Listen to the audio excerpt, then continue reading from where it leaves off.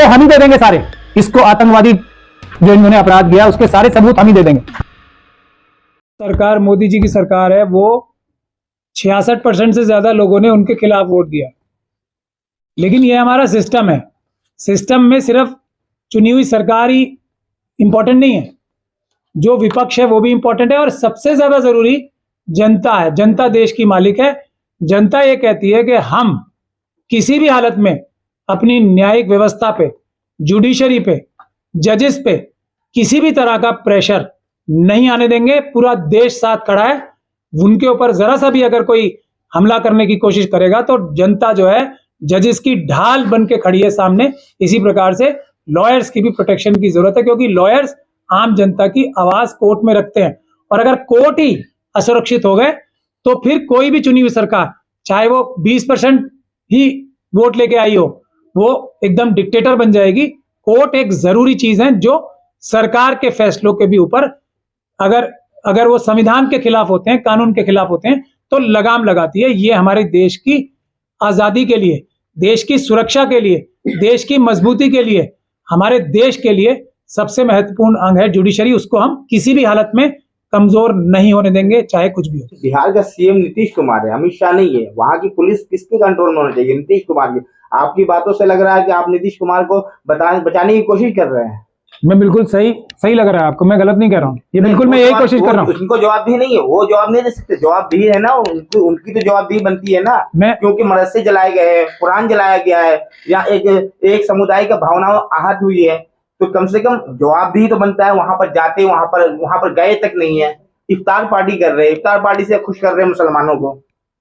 देखिए, इसीलिए मैंने आपसे कहा है ना, पहला काम हमारा क्या है, हम अम्बेडकरवादी हैं, हमारी तो कोई राजनीति से मतलब नहीं है। पहली कोशिश मेरी क्या है कि मैं नीतीश कुमार जी को बचाऊं, क्योंकि वो मोदी जी और इस आरएसएस संगठन के खिलाफ हैं। क्यों सर? एक मिनट चाहते थे, 1 घंटे में कंट्रोल कर सकते थे हिंसा को। सीएम है, बिहार के सीएम है, जो सेक्युलर स्टेट माना जाता है। मैं जवाब दे रहा हूँ, मैं दे रहा हूँ। एक हमारा फर्ज है जो हम निभा रहे हैं, उनको बता रहे हैं कि उनके अफसर जो है उनके चारों तरफ, वो उनको गुमराह कर रहे हैं, उनसे ऐसा काम करा रहे हैं जो उनके ही खिलाफ जाएगा। अगर वो नहीं समझते तो हम तो दिल्ली में ये काम कर रहे हैं ना, पुलिस ऑफिसर और सरकारी अफसर और अमित शाह जी के खिलाफ खुद हमने मुकदमा कर रखा है, दिल्ली दंगों का, कपिल मिश्रा के खिलाफ, नंदकिशोर गुर्जर के। तो हम नीतीश कुमार जी का भी नंबर आ जाएगा, फिर हम सच्चाई की राह से पीछे हटने वाले नहीं है। लेकिन हमारा फर्ज है कि हम उनको चेताएं। मैंने कहा है ना, अब उनको सारे सबूत चाहिए तो मेरे पास है, ले लें। लेकिन अगर वो फिर भी नहीं करते तो हम इंसाफ के रास्ते से पीछे नहीं हटेंगे। हम फिर नीतीश कुमार जी के अफसरों को भी और खुद नीतीश कुमार जी का भी नंबर आएगा इस केस में, अगर वो अब भी चेतते नहीं है। आपकी बातों से लग रहा है कि बिहार की पुलिस नीतीश कुमार की ना सुनकर के अमित शाह की सुन। कुछ अफसर ऐसा कर रहे हैं, जो उनके कुछ अफसर ऐसा कर रहे हैं, मैं सबूत इकट्ठे करके लाया हूं। और उनके चारों तरफ जो है ना, जो उनके एकदम नेक्स्ट डोर जो लोग हैं, उनके भी सबूत मेरे पास आ रहा है, क्योंकि बहुत सारे लोगों ने उनके हाईएस्ट ऑफिसर को फोन करके जब वहां हो रहा था बताया, कोई एक्शन नहीं हुआ।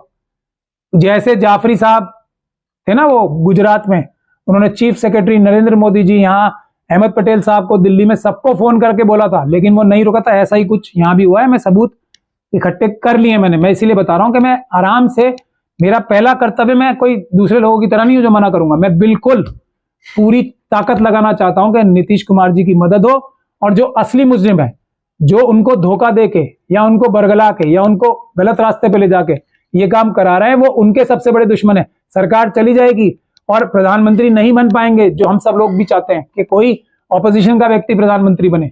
हम तो दिल से, मैं खुल के बोल रहा हूं, मैं उनकी मदद करना चाहता हूं। लेकिन अगर वो नहीं करेंगे तो फिर हमारी मजबूरी होगी, हम उनके खिलाफ भी जाएंगे, लेकिन सच्चाई का सास्ता नहीं। सर, यही दूसरे राज्यों में जहां बीजेपी की सरकार है, अगर वहां पर बिहार जैसा हिंसा अगर होता, जिस तरीके से मदरसा जलाया गया, मस्जिदों को तोड़फोड़ किया गया, जिस तरह कुरान जलाया गया है, तो ये जितने सेकुलर नाम, यहाँ सेकुलर पार्टियां जिनका नाम दे रहे हैं आप, इनके पेट में उबाल आ जाता है, दर्द होने लगता है, और ये लोग बिल्कुल सड़कों पे उतर आते हैं। लेकिन अभी खामोशी इख्तियार किए हुए, अभी खामोश, तो क्या दर्शाता है? ये बताइए। भरोसा किस पर करें? मैं इसीलिए कह रहा हूँ ना, कहीं मुसलमान जलाया जाता है, कहीं उनकी हदीसों कुरान को जलाया जाता है। मुसलमान ही नहीं, SC ST OBC, दूसरे माइनॉरिटी के लोग अपनी लीडरशिप जितनी जल्दी बदलेंगे, उतने ज्यादा भरोसेमंद लोग आएंगे। ये मैं एक बार नहीं 20 बार कह चुका हूं।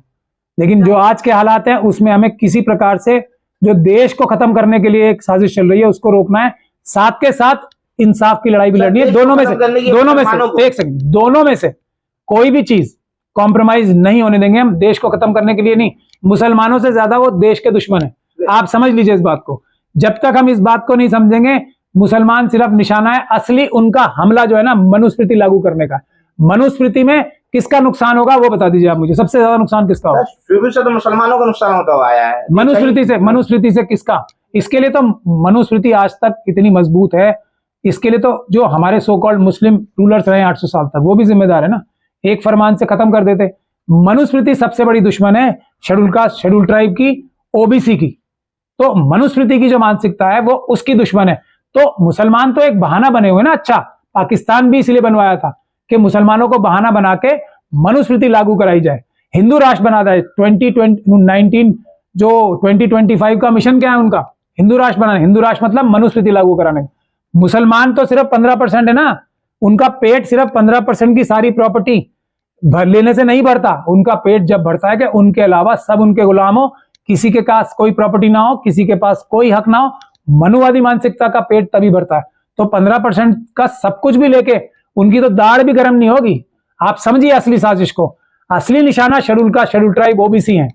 मुसलमान तो एक रास्ता है, बहाना है, क्योंकि इसकी वजह से वो सबको बेवकूफ बना सकते हैं, सबको बरगला सकते हैं। आज एक ऐसे जो तंत्र में फंसा दिया ना पॉलिटिकल, कि कोई भी जो पार्टी आरएसएस और उसके खिलाफ है वो बाहर ही नहीं निकल पा रही है, सच नहीं देख पा रहे हैं। इसीलिए तो सबका ये हाल हो रहा है। साउथ में देखिए आप, जो साउथ में आप इनको देखिए, स्टालिन साहब को, वो कामयाब है ना। क्यों?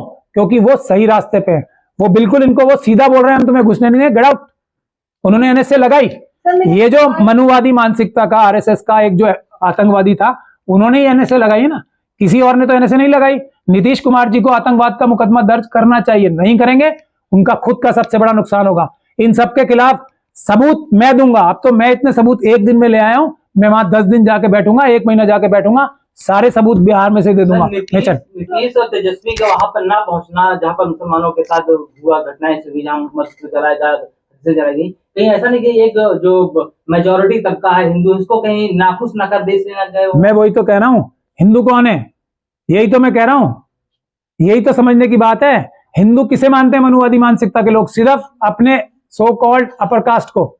बाकी सब तो शूद्र और अवर्ण है ना। यही तो समझा रहे हैं। कोई ये हिंदू मुस्लिम है ही नहीं, ये मनुवाद वर्सेस मुस्लिम चल रहा है। और मनुवाद का असली लड़ाई किससे है? बाबा साहब डॉक्टर भीमराव अंबेडकर से। ये अलग बात है कि उनका निशाना, मनुवाद का निशाना मुसलमानों के लिए इसलिए कि इसको वो अच्छी तरह से ट्विस्ट करके बाकी सब लोगों को इकट्ठा कर सकते हैं, बाकी सब लोगों की भावनाएं भड़का सकते हैं, झूठी अपनी धोखाधड़ी से, फ्रॉड से। असली नुकसान तो नीतीश कुमार पर कटाक्ष करते हुए ये कह रही है कि रामनवमी का जो भी हुआ, आप उदाहरण योगी जी का देख सकते हैं कि राम राज चल रहा है, अब तो सभी को सबूत मिल गया। नहीं, सबूत तो मैं दूंगा ना, मैं यही तो कह रहा हूं। योगी जी के खिलाफ जो उनके अफसर हैं उनके खिलाफ भी हाई कोर्ट में पिटीशन पेंडिंग है, पर यहां तो नीतीश कुमार जी है ना, फ्री एंड फेयर इन्वेस्टिगेशन करा सकते हैं। जो जहांगीरपुरी में हुआ वही तो बिहार शरीफ में हुआ है, उसके सारे सबूत मौजूद हैं। जहांगीरपुरी का भी इस बार क्यों नहीं हुआ?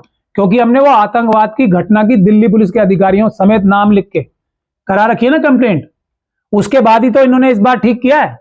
तो आज तक ना दिल्ली दंगों के केसेस, आप आके मेरे साथ स्टडी कीजिए कोई भी, मैं आपको दावत देता हूं, उसमें यह साजिश शामिल साबित हो रही है ना कि पुलिस के अधिकारी मिले हुए थे, जो मुस्लिम कम्युनिटी के जो कंप्लेंट्स थी वो लिए ही नहीं गई, झूठी कंप्लेंट्स भी थी जो दूसरे पक्ष से दी गई थी, उसको सच्चा बना के पेश किया गया। खुद मुसलमानों को मारने के लिए जो मुसलमानों को ही मुलजिम बना दिया गया। ये जो पुलिस की कार्रवाई है, यही तो मैं नीतीश कुमार जी को कह रहा हूं, ईमानदार अफसर भेजिए, 2 मिनट में दूध का दूध पानी का पानी हो जाएगा। ये आरएसएस बीजेपी वाले आतंकवादी संगठन घोषित हो जाएंगे, फिर हम इनके चाइना और पाकिस्तान से लिंक जो है वो एक्सपोज हो जाएंगे। एक इन्वेस्टिगेशन शुरू तो कराएं यूएपीए की। जब भी चुनाव नियुक्त करता है उससे पहले सारे वोटर ढूंढ लिए जाते हैं कि कौन कहाँ है। ऐसे कैसे एडमिनिस्ट्रेशन से या राज्य की सरकार से ही छुपा है कि कहाँ पर कौन से घर हैं? घरों को चिन्हित कर करके जलाया जा रहा है, तो उसमें द्वेष दिखाई दे रहा है साफ तौर पर। अभी से राज्य की सरकार या केंद्र सरकार या जो एडमिनिस्ट्रेशन है उसे क्यों जिम्मेदारी लेने से बच रहा है? लॉजिकली चले हम, सबसे ज्यादा नुकसान इसका किसको होने वाला है? लॉजिकल तो यही है ना, कोई व्यक्ति खुद अपना नुकसान क्यों करेगा? कोई पार्टी खुद अपना नुकसान क्यों करेगी? तब तक नहीं करेगी जब तक उसके चारों तरफ पैसे से खरीदे हुए या आइडियोलॉजी से खरीदे हुए या डराए हुए लोग प्लांट करके लीडर को मिसगाइड नहीं करेंगे। सबसे ज्यादा नुकसान मैं क्या कह रहा हूं, नीतीश कुमार जी का हो रहा है और लालू यादव जी के बेटे तेजस्वी यादव जी का हो रहा है इस वक्त बिहार में जो ये हो रहा है। हम क्या कह रहे हैं, मैं कह रहा हूं मुसलमानों के पक्ष में इन्वेस्टिगेशन बिल्कुल नहीं होनी चाहिए, निष्पक्ष इन्वेस्टिगेशन होनी चाहिए और उसमें यह साफ निकल के आएगा कि ये लोग विदेशी ताकतों के हाथ मिलके ये देश को तोड़ने की कोशिश कर रहे हैं। फिर आपको नजर आएगा ना कि क्या है हिंदू राष्ट्र, तब उसके बाद एक ही इन्वेस्टिगेशन से पूरा देश जो है साफ हो जाएगा, संविधान बच जाएगा, देश बच जाएगा। अब इसका सबसे ज्यादा फायदा नुकसान किसको होगा, ये नीतीश कुमार जी और बाकी लोगों को छोड़ना है। इस प्रकार की धोखेधड़ी से बहुत होशियार रहना चाहिए। प्रशांत किशोर नीतीश कुमार जी के साथ और दूसरे भी हैं अभी, और जो तेजस्वी यादव जी हैं उनके साथ भी हैं, तो उनको आइडेंटिफाई करें। ये एक ऐसा काम है जो सीधा सीधा बिहार सरकार के ऊपर आरएसएस का हमला है। सबसे ज्यादा नुकसान नीतीश कुमार जी का करने के लिए कर रहे हैं। हम लोग वो चाहते हैं कि इस साजिश को बेनकाब करें और इसको नाकाम करें। सब आप बिहार दौरे पे थे, आपने कई सारे गंभीर आरोप लगाए कि वो आतंकवादी संगठन है, हमारे पास कई सारे सबूत है। तो आप सुप्रीम कोर्ट के वकील है, सुप्रीम कोर्ट जाइए ना, उनको बताइए कि हमारे पास सबूत है, आतंकवादी गतिविधि में शामिल, इसको बैन कीजिए। देखिए, मैंने इसीलिए कहा ना आपसे कि मैं कोई भी केस लेता हूं, मैं सिर्फ पॉलिटिकल या सोशल या विक्टिम टूरिज्म करने के लिए तो जाता नहीं हूं। सुप्रीम कोर्ट में तभी जाया जाता है जब एक प्रोसीजर है, नीचे से ऊपर तक हमारे पास प्रोसीजर है, और हम इसीलिए अपने ज्यादातर केसेस में कामयाब भी होते हैं। हम सीधा सुप्रीम कोर्ट कभी नहीं जाते। उससे मेरी तो बहुत वाहवाही हो सकती है, मेरी जाति और जो संगठन एकदम सुप्रीम कोर्ट में जाएंगे उनकी बड़े 10, 15, 20 दिन के लिए बहुत तारीफ होती है। लेकिन सुप्रीम कोर्ट वो जगह नहीं है जहां डायरेक्ट जाया जाए। पहले उसके लिए पूरा हार्ड वर्क करके मटेरियल तैयार करना पड़ता है। नीचे से 3 टायर सिस्टम है हमारा, डिस्ट्रिक्ट कोर्ट से हाई कोर्ट, फिर सुप्रीम कोर्ट जाया जाता है। ये मसला तो जाया जा सकता नहीं, जाया जा सकता है बगैर सबूतों के, बगैर सबूत इकट्ठे किए, और सुप्रीम कोर्ट हमेशा हाई कोर्ट भेजती है। सबूत हम साक्ष्य लाए हैं, ये पुलिस की इन्वेस्टिगेशन में मदद करेंगे। पुलिस इन्वेस्टिगेशन ठीक नहीं करेगी तो हम अदालत के माध्यम से उसे बाध्य करेंगे कि ये साक्ष्य भी इन्वेस्टिगेशन में लिया जाए। ये काम नहीं होते हैं, इसीलिए तो बहुत सारे केसेस हमारे इंपॉर्टेंट सुप्रीम कोर्ट जाके एकदम निरस्त हो जाते हैं। वो मैं नहीं करता हूं, मैं चाहता हूं कोई और भी करे।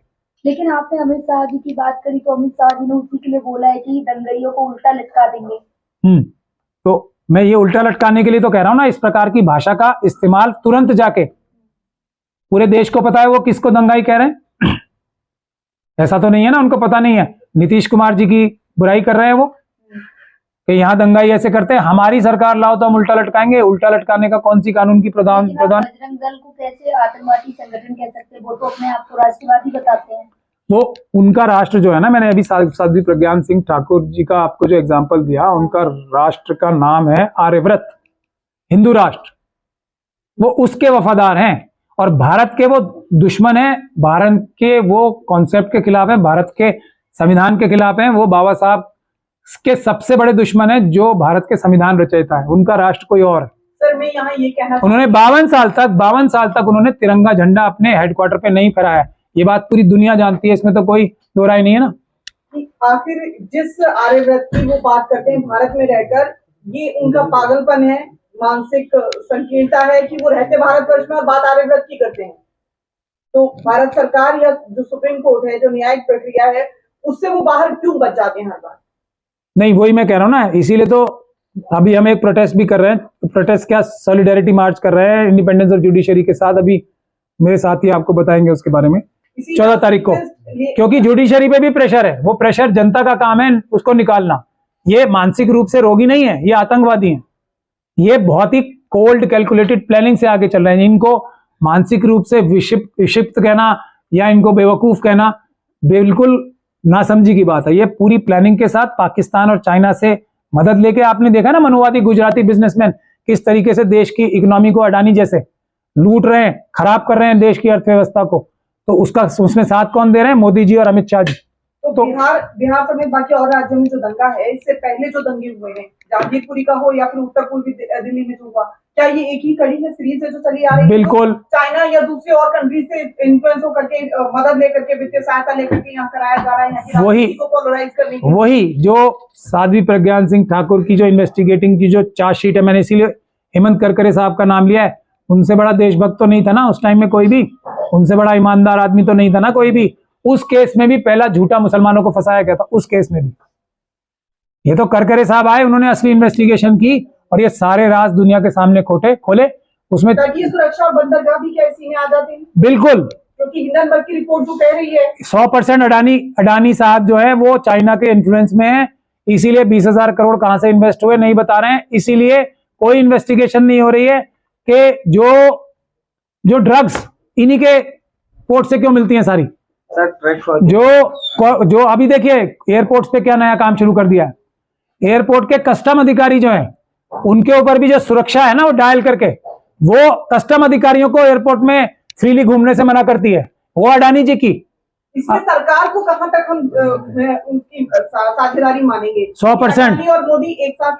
बिल्कुल, अडानी और अमित शाह जी की मदद के बगैर, सॉरी मोदी जी और अमित शाह जी की मदद के बगैर अडानी जैसा क्रिमिनल कोई काम नहीं कर सकता है। वो तो सरकार की मदद है उसी राहुल गांधी के वो सवाल और उनके ऊपर जो कुछ किया जा रहा है, दोनों ये फिर सभी कुछ सही जा रहा है, इस पक्ष में जा रहा है? बिल्कुल 100% जो भी अडानी के खिलाफ बोल रहा है उसके खिलाफ जो कार्रवाई कर रहा है वो देशद्रोही है। अडानी के खिलाफ बोलना इस वक्त देश का हर एक नागरिक का फर्ज है। हमारे देश का राष्ट्रभक्ति का धर्म यही है कि अडानी जैसे आदमी को एक्सपोज किया जाए, उसके चाइना से कनेक्शन एक्सपोज किए जाएं, उसने कैसे हमारी डिफेंस पॉलिसी कॉम्प्रोमाइज कराई है, ये मोदी जी से और अमित शाह जी से मिलके कैसे हमारी इकोनॉमिक पॉलिसी कॉम्प्रोमाइज कराई है चाइना को फायदा पहुंचाने के लिए, इस पे इन्वेस्टिगेशन। तो नीतीश कुमार जी को सबसे पहले और अब जो है इस तरह की इन्वेस्टिगेशन की जा रही है। आज भी वहां पे, पहले तो मैं वहां गया तो वो मस्जिद को रिपेयर करने के लिए वहां कॉर्पोरेशन के लोग आए हुए, तो मैंने जाके पूछा ये क्या हो रहा है, ये तो अपराध मिटाना है, ये तो 201 है। तो हमने जाके वो मस्जिद की जो कंस्ट्रक्शन सरकार का कॉर्पोरेशन डिपार्टमेंट जबरदस्ती कर रहा था मस्जिद की कमेटी की परमिशन के बगैर, उनकी विरोध के बगैर, वो रुकवाया। फिर अधिकारी और प्रशासन अधिकारी इस बात की ताकत लगा रहे थे कि ये जो मदरसे में जले हुए किताबें पड़ी हैं इनको हटा दिया जाए, उसकी साफ सफाई कर दी जाए और हम इसके ऊपर पैसा खर्च करके इसकी रिनोवेशन करा देते हैं। ये भी सबूत मिटाने जैसा काम है। सबूत मिटाने में यानी कि लोकल प्रशासन शामिल है। तो सबसे पहले तो मैं ये समझ गया हूं कि ये अमित शाह जी की जो वहां पे विजिट थी और जो लोकल प्रशासन के जो भ्रष्ट अधिकारी थे, भ्रष्ट कहूं या उन्हें वो आरएसएस और बीजेपी के वो प्लांटेड अधिकारी या उनका समर्थन करने वाले अधिकारी थे, वो पूरी ताकत इस बात की लगा रहे हैं कि किसी तरीके से नीतीश कुमार जी की सरकार की बदनामी, पूरी ताकत लगा रहे हैं इस बात के लिए। और इस बात के लिए भी पूरी ताकत लगाई जा रही है कि किस प्रकार से नीतीश कुमार जी की सरकार का नाम बदनाम हो, तेजस्वी यादव जी की सरकार, जो सरकार है डिप्टी सीएम है, उनका नाम बर्बाद हो। और नीतीश कुमार जी को और तेजस्वी यादव जी को मैं ये अब कहना चाहता हूं कि वो बहुत ध्यान से अपने चारों तरफ देख लें कि कौन कौन ऐसे लोग हैं जो उन्हें मिसगाइड कर रहे हैं, क्योंकि वो ऐसा जो मैं ग्राउंड पे देख के आया हूं वो ऐसा कभी नहीं चाहेंगे हो। ये उनकी मर्जी के बगैर हो रहा है, ये मैं अपने समझ से कर सकता हूं। क्योंकि सबसे ज्यादा नुकसान इन चाणक्य अमित शाह जी की चालों का नुकसान तो नीतीश कुमार जी को, जो कि एक प्राइम मिनिस्टर कैंडिडेट भी हैं, उनकी छवि को नुकसान पहुंचाने के लिए और इस सारे षड्यंत्र को रच के, इस आतंकवादी घटना को रच के भारतीय जनता पार्टी को वोट्स जो है बिहार में पोलराइज करने के लिए। बंगाल में भी यही पॉलिसी है ममता बनर्जी जी के खिलाफ और बिहार में भी यही पॉलिसी है और इसी तरह की पॉलिसी आपने तमिलनाडु में भी देखी है। वहां एक डिफरेंट चीज है, वहां पे तमिल भाषी लोगों के खिलाफ हिंदू भाषी लोगों को किया जा रहा है, मतलब हिंदी भाषी जो बिहार के लोग हैं। यही साजिश मनीष कश्यप जो अरेस्ट हुआ था, कमोबेश इसी तरह की आतंकवादी साजिश में वो भी शामिल था। और ये सब चाइना और पाकिस्तान के इशारे पे ही हो रहा है, क्योंकि सबसे ज्यादा फायदा चाइना और पाकिस्तान को होगा भारत की कमजोरी होने से। तो अब मैं ये कह रहा हूं कि अगर नीतीश कुमार जी की सरकार जो सबूत में इकट्ठे करके लाया हूं वहां से, आतंकवादी घटना है, आतंकवादी संगठन है बजरंग दल और विश्व हिंदू परिषद, उनके एक ऑफिस भी है वहां पे मेन रोड पे, मैं ये भी देख के आया। उसके नीचे जो दुकान है वो उस दुकान को भी लूटा गया, उनके ऑफिस के एकदम नीचे। बजरंग दल के ही कार्यकर्ताओं ने, और एक बजरंग दल के कार्यकर्ता है कश्यप नाम से कुछ, वो दिल्ली जो बिहार के बजरंग दल के हेड है, वो अभी कुछ दिन पहले ही जेल से छूट के आए थे इन्हीं गतिविधियों में लिप्त होने की वजह से, इसी तरह की आतंकवादी गतियों में लिप्त होने की वजह से। उन्होंने आते ही इस जो रामनवमी का जुलूस हुआ है उसमें भी उनकी मौजूदगी थी और वो भी उसमें शामिल पाए गए हैं, वो भी सबूत में इकट्ठे करके लाए।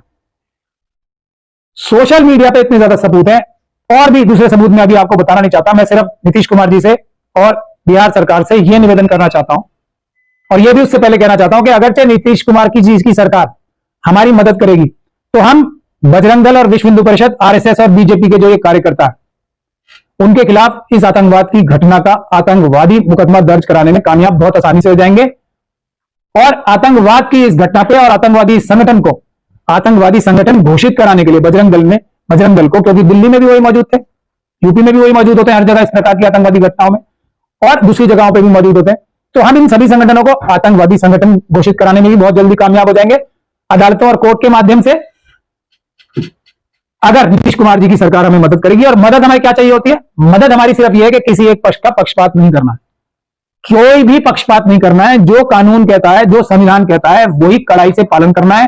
किसी कुछ ईमानदार ऑफिसर्स की एसआईटी बना दे नीतीश कुमार जी, और क्योंकि इसमें एमएलए भी इन्वॉल्व है लोकल, और एमपी साहब तो खुद अमित शाह जी गए थे वहां पे, वो एमपी हो गए, तो 120 धारा इन्वेस्टिगेशन तो होनी चाहिए ना उनके ऊपर कि वो तुरंत वहां कैसे पहुंच गए और इस प्रकार की भद्दी भाषा का, एग्रेसिव भाषा का प्रयोग क्यों किया उसी घटना चक्र का फायदा उठा के, तो उसकी भी इन्वेस्टिगेशन होगी। तो ये एमपी एमएलए कोर्ट में केस चलेगा।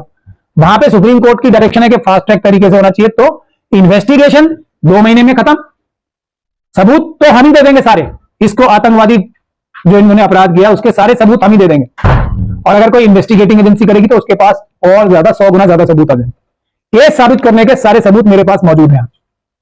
वहां के लोगों ने भी हमें वकील बनाने के लिए वकालतनामे साइन हो रहे हैं, तो हम तो अपने आप करेंगे कर्मचारी से, अगर सरकार मदद करेगी तो ये चुटकी बजाते हो जाएगा काम, और पूरे देश को छुटकारा मिलेगा। मैं तेजस्वी यादव जी को और नीतीश कुमार जी को एक बात याद दिलाना चाहता हूं कि उनके पास एक बहुत ही अच्छे नेता हैं लालू यादव जी, उनकी सलाह पे चलेंगे तो वही एक ऐसे व्यक्ति हैं जिन्होंने इस हिंदू राष्ट्र बनने की जो कार्रवाई थी, जो रथ यात्रा के द्वारा अडवाणी जी कर रहे थे, उन्होंने उसको रोका था, और 10 से 12-13 साल के लिए ये जो उनका जो घटना चक्र रुका था, पोस्टपोन हुआ था, वो लालू यादव जी की वजह से हुआ था, क्योंकि उन्होंने वो रथ यात्रा, उन्होंने कड़ाई से कानून का पालन किया।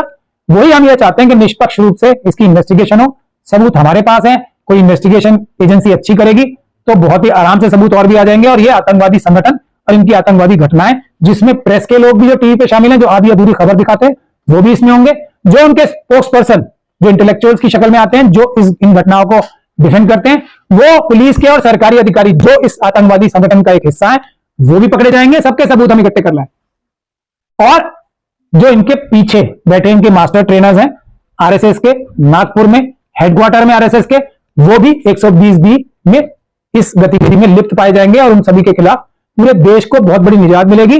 और पाकिस्तान और चाइना के जो गंदे इरादे हैं देश को हमारे मजहब के नाम पे लड़ाने के लिए, हिंदी भाषी को साउथ को नॉर्थ वालों से लड़ाने के लिए, ये जो साजिश चल रही है, और एक अच्छा कदम स्टालिन साहब ने भी लिया है एनएसए लगा के, वो जो मनीष कश्यप है उनपे, बिहार में हालांकि अभी तक नहीं हुआ है, तो बिहार में मैं एक ही सलाह देके बात क्लिंच करना चाहता हूं।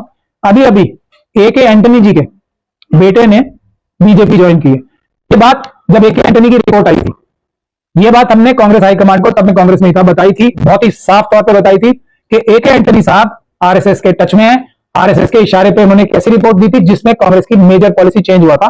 जो माइनॉरिटी तुष्टीकरण के खिलाफ एक रिपोर्ट आई थी ना, एंटनी कमेटी की रिपोर्ट, आप सबको याद होगा, वो AK एंटनी कमेटी की रिपोर्ट आरएसएस के इशारे पे और उनके कहने पे आई थी, और आज उसका सबूत बिल्कुल सामने आ गया। 2 दिन पहले उनके बेटे ने भारतीय जनता पार्टी ज्वाइन कर ली है।